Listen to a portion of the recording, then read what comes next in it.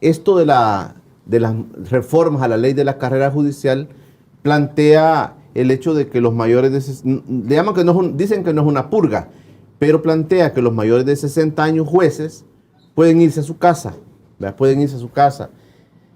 Y algunos hablan de depuración. Ayer hablábamos con Julio Valdivieso sobre el tema de la depuración judicial. Entonces decir, bueno, ¿qué es esto?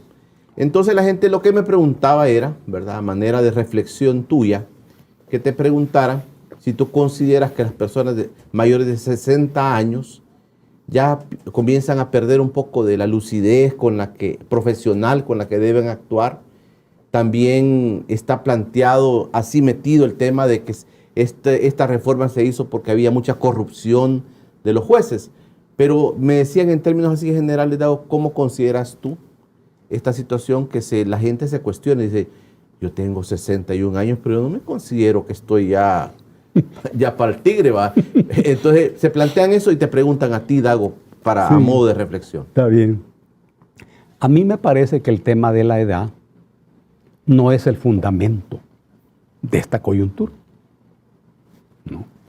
Incluso tampoco el tema de la corrupción. Pienso que el fondo de esta coyuntura tiene que ver con una cosa que se llama burocracia. La burocracia está constituida por burócratas que constituyen un estrato.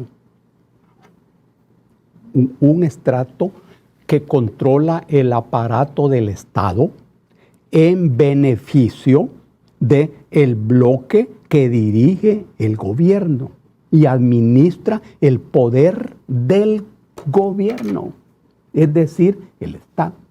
Históricamente, este sector se considera que nace en el escenario de las monarquías absolutas allí en Europa.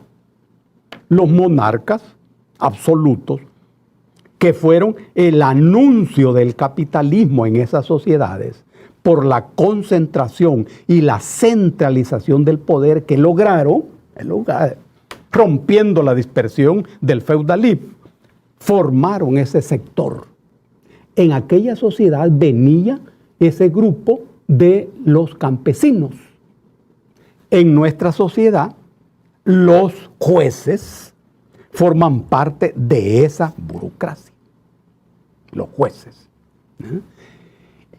Parte importante del aparato del Estado. Los jueces cumplen una esencial función política, parecido a la función política que cumplen los profesores. Cada profesor es un político a sueldo del Estado que se encarga de aplicar en cada escuelita en el rincón más apartado del país la línea política de los dueños del poder, expresado en un plan de estudio. Claro. Eso, allí no hay discrecionalidad. En ningún nivel del sistema educativo hay discrecionalidad. Hasta las universidades. Hay un plan de estudio donde el Estado, los dueños del Estado, dicen qué es lo que debes enseñar de la Constitución. Hablando del derecho constitucional. En ningún punto aparece, por ejemplo, el fondo histórico de la Constitución. No, eso no existe. ¿Ve? Entonces...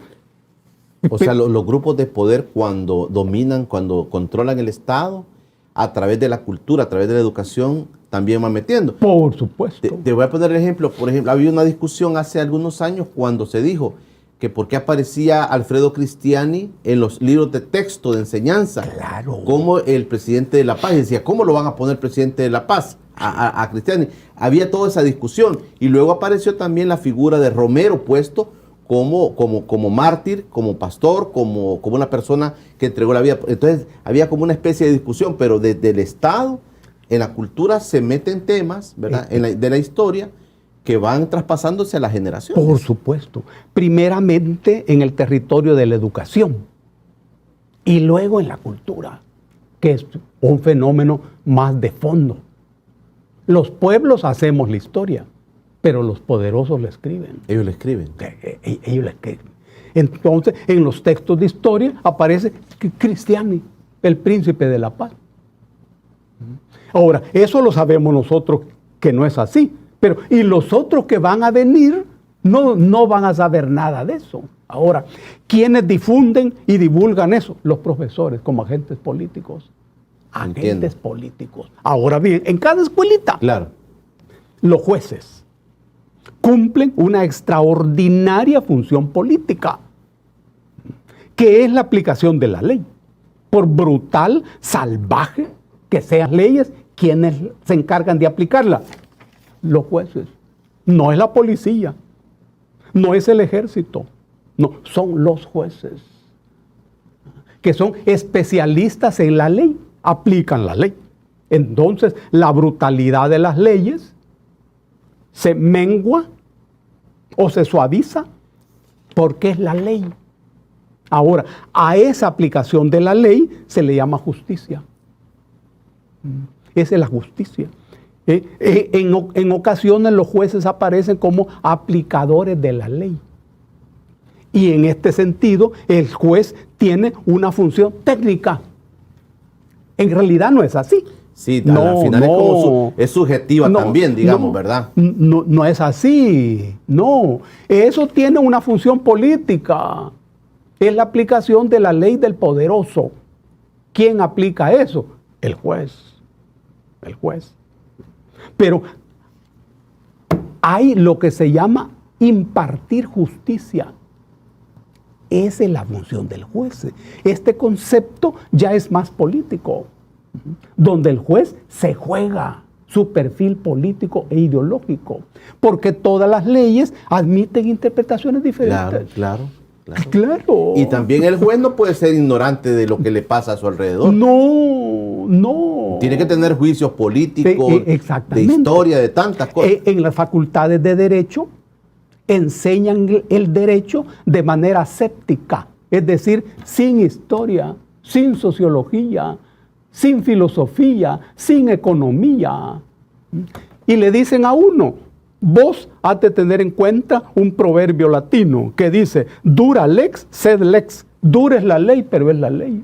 Entonces, si los abogados salen con esa formación, cuando son jueces, es la ley.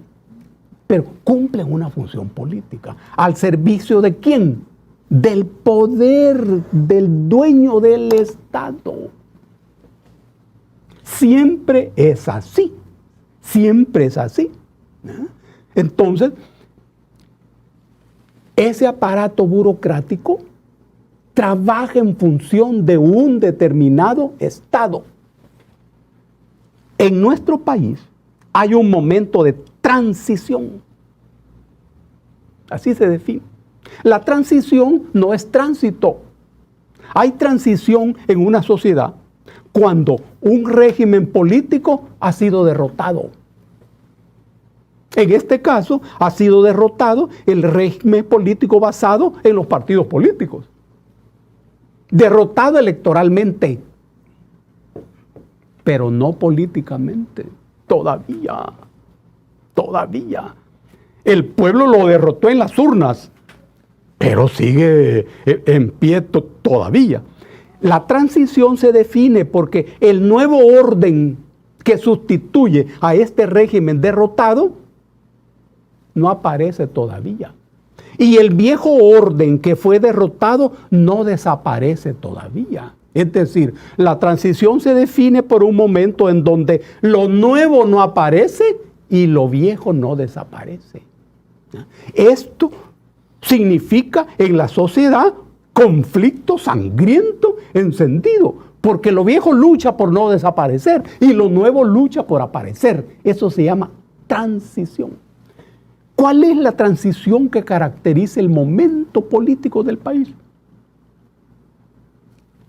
Esto es clave para entender lo que ocurre. Es la construcción de un Estado burgués. Oí bien, por favor, burgués. No estamos hablando de un Estado revolucionario. No, hombre. Un Estado burgués que sustituya al Estado oligárquico, que viene en nuestra historia desde 1821. Estamos hablando de 200 años. ¿Cuántas personas maravillosas, inteligentes, cultas en nuestro país tienen una cabeza oligárquica? Sin saberlo y sin darse cuenta. Ese Estado burgués se abre paso. Tiene que abrirse paso.